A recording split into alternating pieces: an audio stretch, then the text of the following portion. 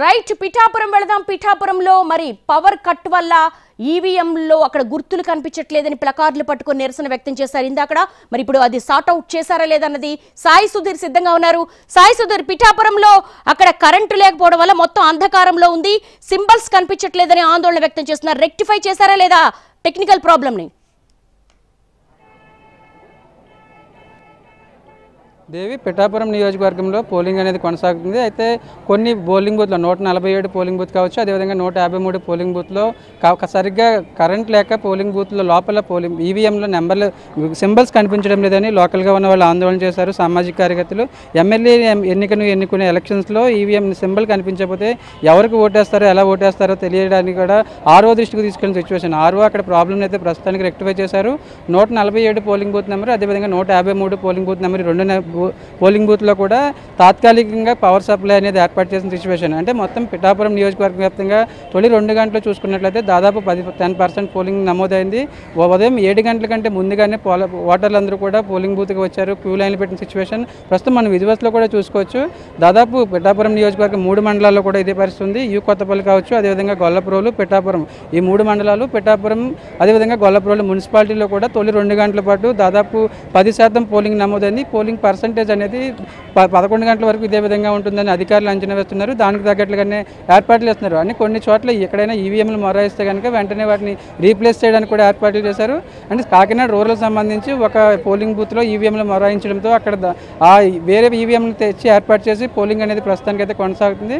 అంటే కొన్ని చోట్ల కన్ఫ్యూజ్ అవుతున్న సిచ్యువేషన్. పోలింగ్ బూత్కి సంబంధించి ఎవరైతే సిబ్బంది ఇచ్చిన స్లిప్పులకి అదేవిధంగా పోలింగ్ బూత్కి వస్తే అక్కడ ఓటు ఉండడం లేదని, అదేవిధంగా వృద్ధులు కావచ్చు, వికలాంగులు కొన్ని చోట్ల ఇబ్బంది పడుతున్న సిచ్యువేషన్. వారిని తిరిగి తమ సొంతంగా వాళ్ళ ఓటు ఎక్కడుందో అక్కడ తీసుకెళ్లే ప్రయత్నం చేస్తున్నారు. అంటే మొత్తం నియోజకవర్గ వ్యాప్తంగా కూడా గత ఎన్నికలతో పోలిస్తే తొలి 2 గంటల పాటు దాదాపు 10% పోలింగ్ నమోదైంది. జిల్లా వ్యాప్తంగా కాకినాడ జిల్లా వ్యాప్తంగా దాదాపు 9% పోలింగ్ నమోదైందని అధికారులు చెప్తున్నారు. అంటే ఇక్కడ చాలా చోట్ల ఈవీఎంలకు సంబంధించి ఈవీఎంలో సింబల్స్ కనిపించట్లేదని ఎక్కువగా కంప్లైంట్లు వస్తున్నాయి, టెక్నికల్ ప్రాబ్లమ్స్ వస్తున్నాయని. దానివలన పవర్ సప్లై సరిగ్గా కనిపించకపోవడం వల్ల వృద్ధులు కావచ్చు, అదేవిధంగా పెద్దవాళ్ళు లాంటి వాళ్ళు ఎవరికి ఓటు వేస్తారో తెలియడానికి ఇబ్బంది పడుతుందని ఇటు ఆర్ఓ పిఠాపురం రిటర్నింగ్ ఆఫీసర్ దృష్టికి తీసుకెళ్లిన సిచ్యువేషన్ ప్రస్తుతం మన విజువల్స్లో చూసుకోవచ్చు. వృద్ధులు కూడా వాళ్ళని ఆటోలోకి తీసుకొచ్చి ఇక్కడ ఓటు వేయించడానికి తీసుకొస్తున్న పరిస్థితి. మొత్తం ఇటు కొన్ని చోట్ల అయితే ఎవరైనా ఇబ్బంది పడుతున్నా పోలింగ్ కేంద్రాల్లో ఇబ్బంది పడుతున్న వారికి వెంటనే మందులు ఇచ్చేలాగా హెల్ప్ లైన్ సెంటర్ కూడా ఏర్పాటు చేసిన సిచ్యువేషన్. అంటే పిఠాపురంపై ఎక్కువగా ఫోకస్ ఉంది. రాష్ట్రంలోనే హాట్ నియోజకవర్గంగా మారింది.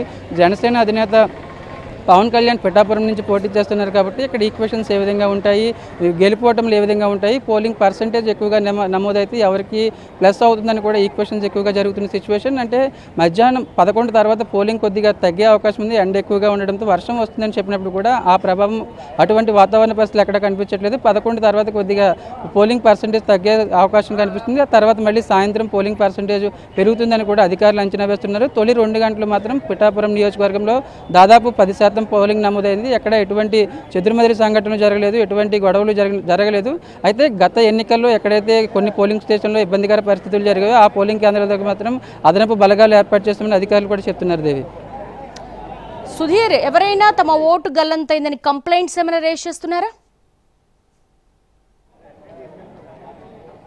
ప్రస్తుతానికైతే ఓటు గల్లంతుకు సంబంధించి ఎటువంటి కంప్లైంట్ రాలేదు. కానీ వాళ్ళు ఓటు 147 పోలింగ్ బూత్లో ఉంటే అధికారులు ఇచ్చిన స్లిప్లో మాత్రం 148, 149 పోలింగ్ బూత్ చూపిస్తుంటే వాళ్ళు కొద్దిగా కన్ఫ్యూజ్ గురవుతున్నారు. మామూలుగా మిడిల్ ఏజ్ వాళ్ళు, అదేవిధంగా యూత్ లాంటి వాళ్ళు అయితే వెళ్ళి తమ ఓటు హక్కుని వాళ్ళ ఓటు ఎక్కడుందో దాన్ని ఉపయోగించుకునే పరిస్థితి ఉన్నప్పటికీ కూడా వృద్ధులు కావచ్చు, అదేవిధంగా పెద్దవారు తమ ఓటు ఇక్కడ లేదు, మరి వేరే చోట ఎక్కడికి వెళ్ళాలని కొద్దిగా కన్ఫ్యూజ్ క్రియేట్ అవుతున్న సిచ్యువేషన్. ఎందుకంటే పోలింగ్ సిబ్బంది ప్రతి ఒక్కరికి కూడా ఎన్నికల ఆర్ఓ ఆధ్వర్యంలో ప్రతి ఒక్కరికి పోలింగ్ స్లిప్పులు అందజేసిన సిచ్యువేషన్. కానీ వారు polling booth number for example 147, 148, 149 3 polling బూత్లు ఒకే స్కూల్లో ఉంటే వాళ్ళు 147 చూపిస్తుంది. కానీ ఆ పోలింగ్ బూత్లో వారు చివరి వరకు క్యూ లైన్లో ఉన్నప్పటికీ కూడా వాళ్ళు ఓటేసే అవకాశం ఉండడం లేదు. లోపలికి వెళ్ళిన తర్వాత మీ పోలింగ్ బూత్ పక్కన వేరే పోలింగ్ బూత్ అని చెప్పడంతో కొద్దిగా కన్ఫ్యూజ్ గురవుతున్న సిచ్యువేషన్. ప్రస్తుతానికైతే పోలింగ్ బూత్కి సంబంధించి ఎవరి ఓట్లు గల్లంతైన కంప్లైంట్లు ఎక్కడా రాలేదు. తొలి 2 గంటలు మాత్రం దాదాపు 10% పోలింగ్ నమోదైంది. ప్రస్తుతానికైతే క్యూ లైన్లు కూడా భారీగానే కనిపిస్తున్నాయి.